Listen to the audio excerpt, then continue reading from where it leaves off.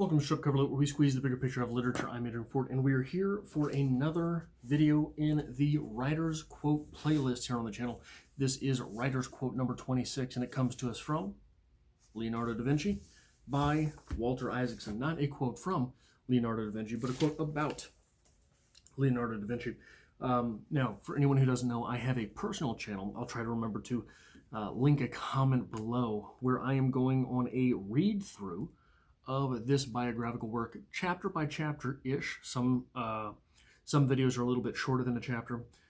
This chapter in particular, is leading to two videos. But the quote in question comes to us from chapter 2, The Apprentice, and it reads as such. Page 37. Leonardo had studied the use of math for commercial purposes at his abacus school. But from Verrocchio he learned something much more profound: the beauty of geometry. After Cosimo de' Medici died, Verrocchio designed a marble and bronze slab for his tomb, which was finished in 1467, a year after Leonardo became his apprentice. Instead of religious imagery, the tomb slab featured geometrical patterns dominated by a circle inside a square, as Leonardo would use for his drawing Vitruvian Man. Inside the design, Verrocchio and his workshop carved carefully proportioned rectangles and half circles in colors that were based on harmonic ratios with the Pythagorean musical scale. There was harmony in proportions, Leonardo learned, and math was nature's brush stroke. I think that it is important to always remember that an artist is a lifelong student. There is no excuse to stop learning if you consider yourself an artist of any ilk, much less a writer who has to understand the inner dimensions of an individual as well as the outer exterior of the world in general. I certainly argue that writing is the greatest of the arts because it relies so little on anything external. It relies so little on anything which could be deemed immediately fun. There's nothing nice to look at in words on a page. There's nothing nice to hear in words on a page. You have to do all of that heavy work and heavy lifting and hard work as an audience member. The writer requires the participation of the audience in all of the creative facets of the work. And because of that, the writer has to reward the audience all along the way. And that reward is hard fought and hard won. I'm not saying that painters, for example, like Leonardo, have it easy, not by any means, not by any stretch of the imagination, but it's possible to do no work, look at the Mona Lisa, and have a pretty good time. That cannot be said necessarily for writing. All of the work is in the words, which are double transcribed, right?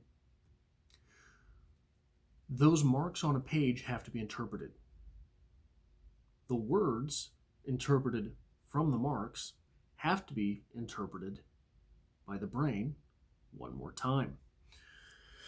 So this is a natural buffer space for the artist, against the artist.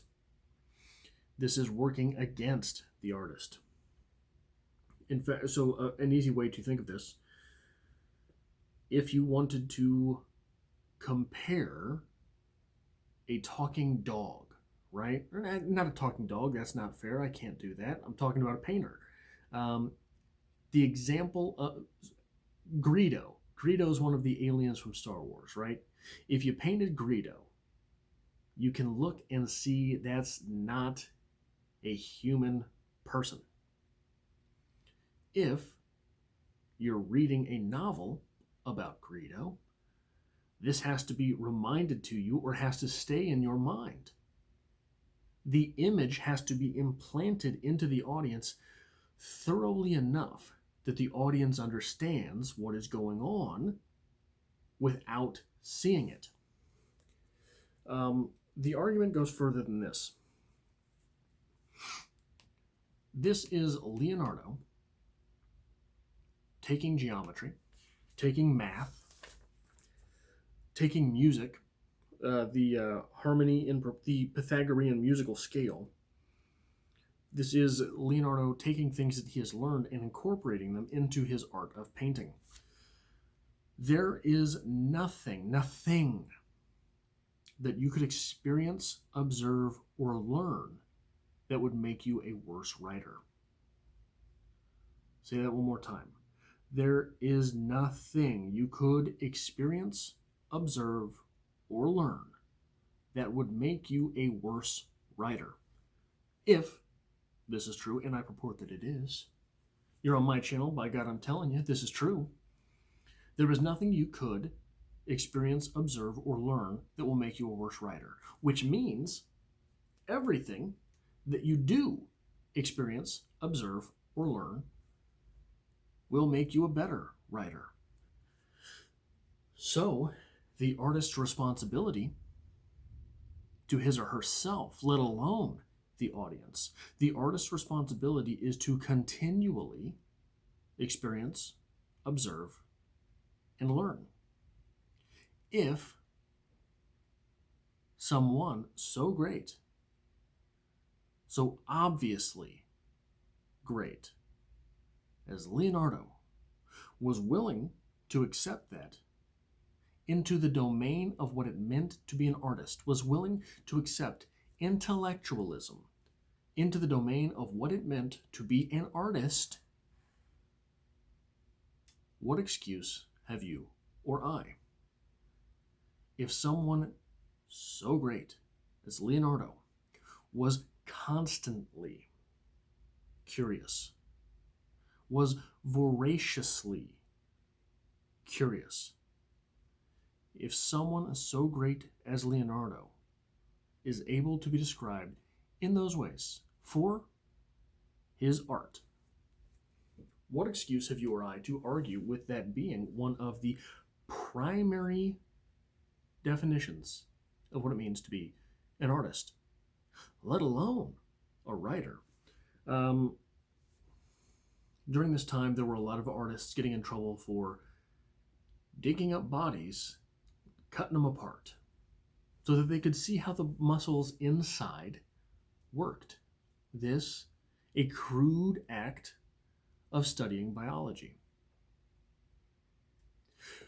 I would imagine that concurrent to this, one of the crude acts of studying psychology would be experience.